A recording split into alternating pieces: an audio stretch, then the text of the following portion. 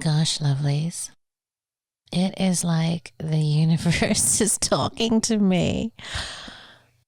There's a new flick on Netflix and it's called Don't Look Up. And at the end of it, have you ever had that thing where you can't breathe and cry at the same time?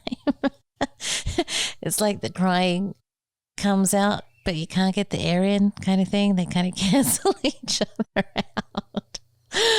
Oh, well, that's how, what I was like at the end of that film. I don't think there is a single better portrayal of the state of our materialistic prison paradigm than has been encapsulated in that movie. And maybe why it was so poignant was because just before that, I happened to watch the new Suspicious Observers movie called The Cycle Has Ended. Now, that might be, well, they actually say that's the best movie ever made, not because of the special effects, but because of the truthiness of the story. So I'm going to put that in the links. You watch that. Then go and watch Don't Look Up on Netflix. And if at the end of it, you think that it might be important that people understand about materialism and our materialistic paradigm prison and the effects that that's having on our world, then do me a favor and share the fuck out of this podcast because, oh my Lord. You know, I mean, look, honestly, I'm a Scorpio, goddammit. I'm not afraid to die. And I also believe in the continuity of life after death, if you want to call it that. And we'll get into that. Because it is really interesting. But what I don't like is wasting things. I don't like wasting good food. I don't like wasting good wine, and I don't like wasting good humanity. That gets me really upset. Especially, I don't like wasting good humanity because of stupid fucking reasons. All right, so I'm going to pull myself together, but I'm just telling you, go watch those shows. Because, wow. But anyway, I'm here because we have a very important task today, and that's to answer the question, how were the Egyptians so smart? I get asked that all the time. How were the Egyptians so smart? And until I did this research for Magical Egypt Season 4, I had inklings about the answer, but I didn't have the complete answer. And now it's the easiest answer of all. And the answer is they simply didn't live in a materialistic prison paradigm. Boom.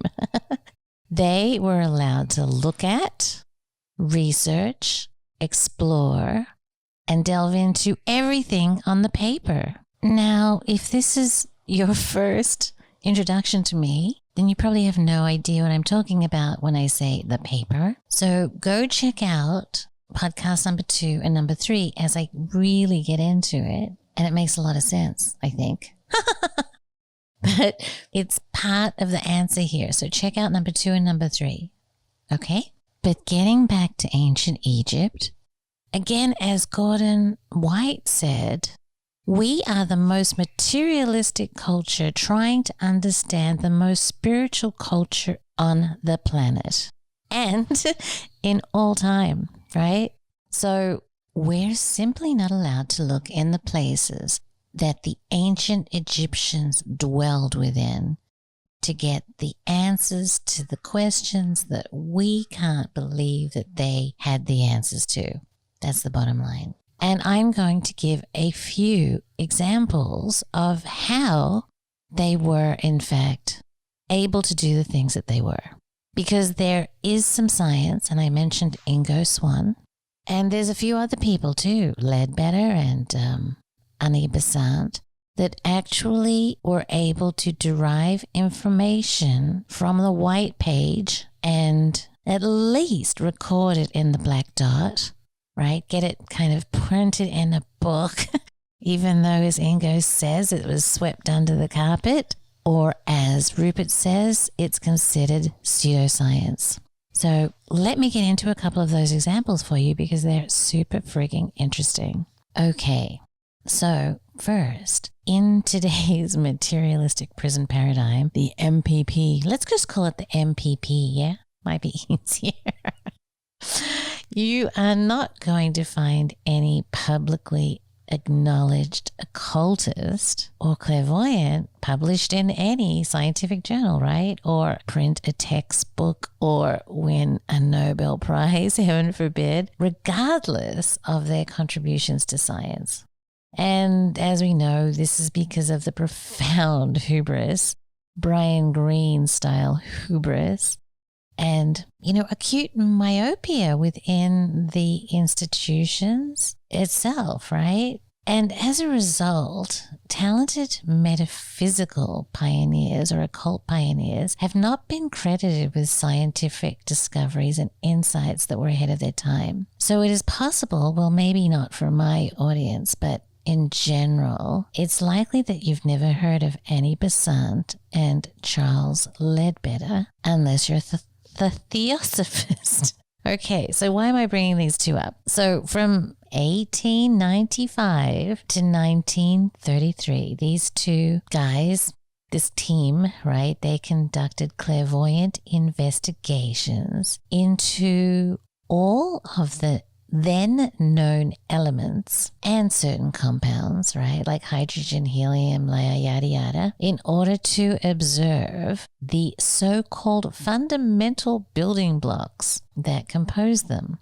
And they also wanted to see what their general structure was. So in these days, right, there were no super duper microscopes, right? So they wanted to see if they could see what made up hydrogen, what made up helium. So this, when I say see, this involved the apprehension of visual information at sub-microscopic levels. So far beyond the ability of the eyes to perceive nakedly, and again, far beyond the abilities of the technology at that time. So we're talking clairvoyant or psychic perception, or what might be called today micropsy.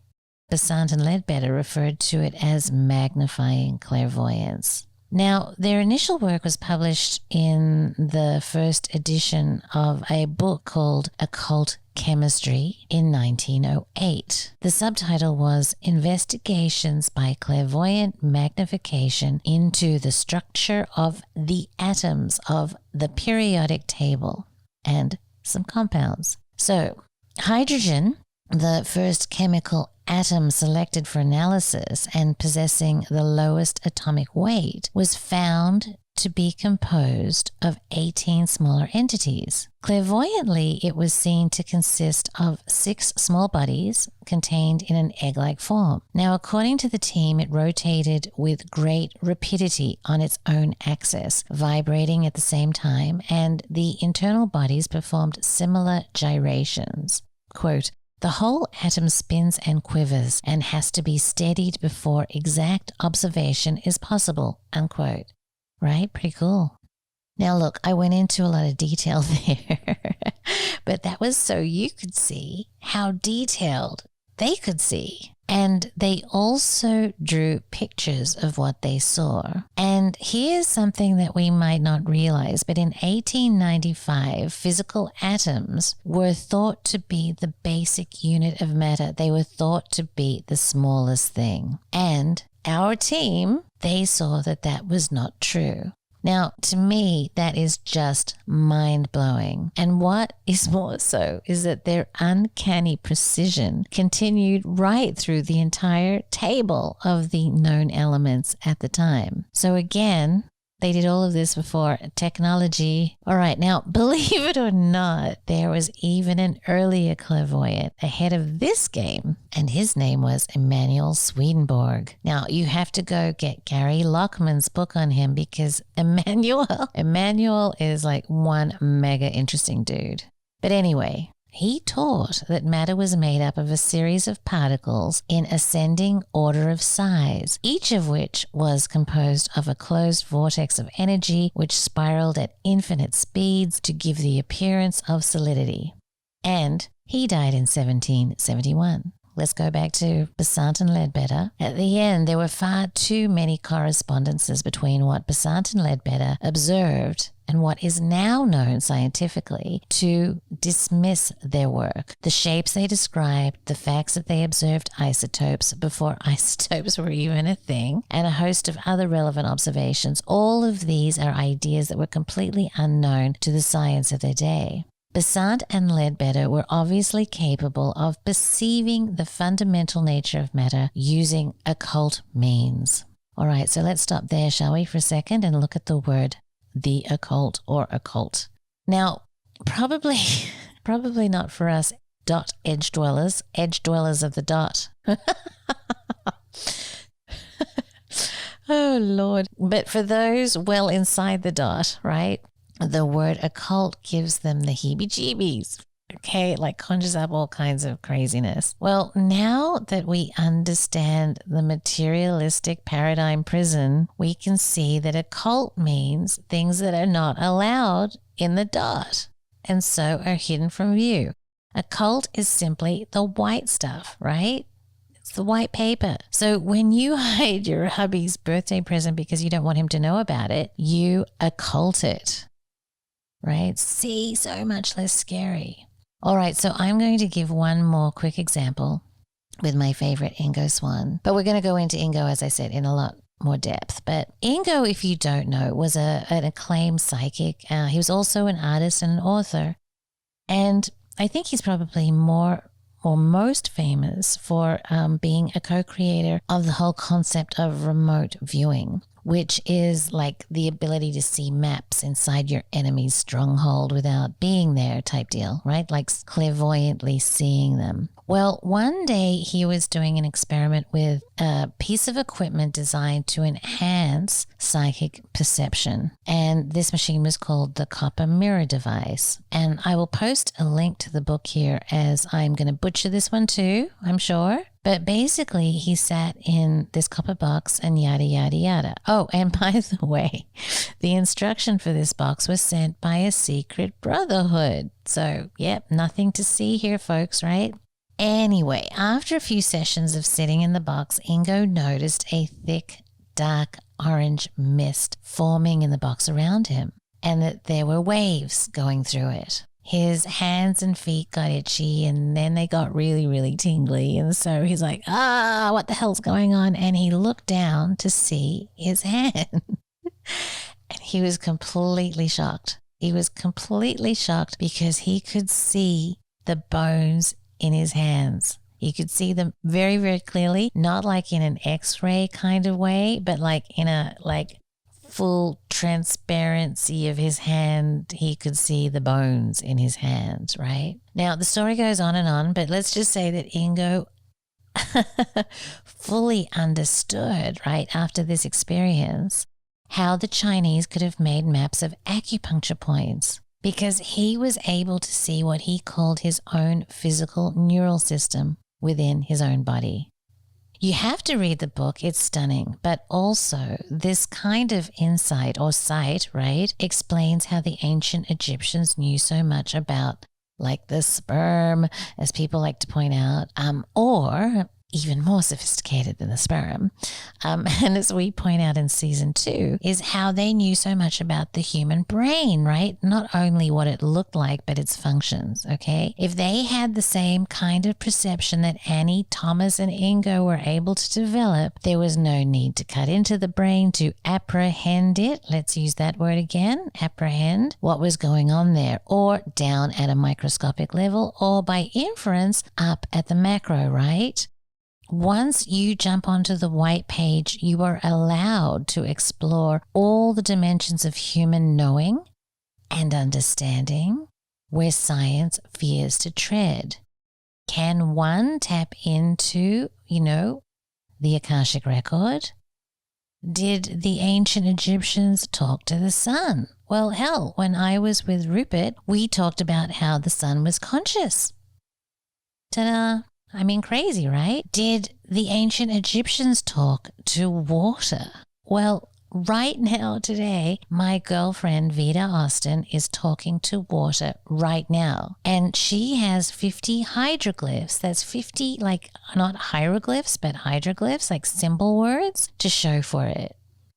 Can you imagine just how much water has seen throughout the millennia, right? Water's been in every human body, in every ocean, in every lake, in every animal, in every plant. And if it collected just a tiny bit of information from all of those experiences, wow, right? What can water teach us?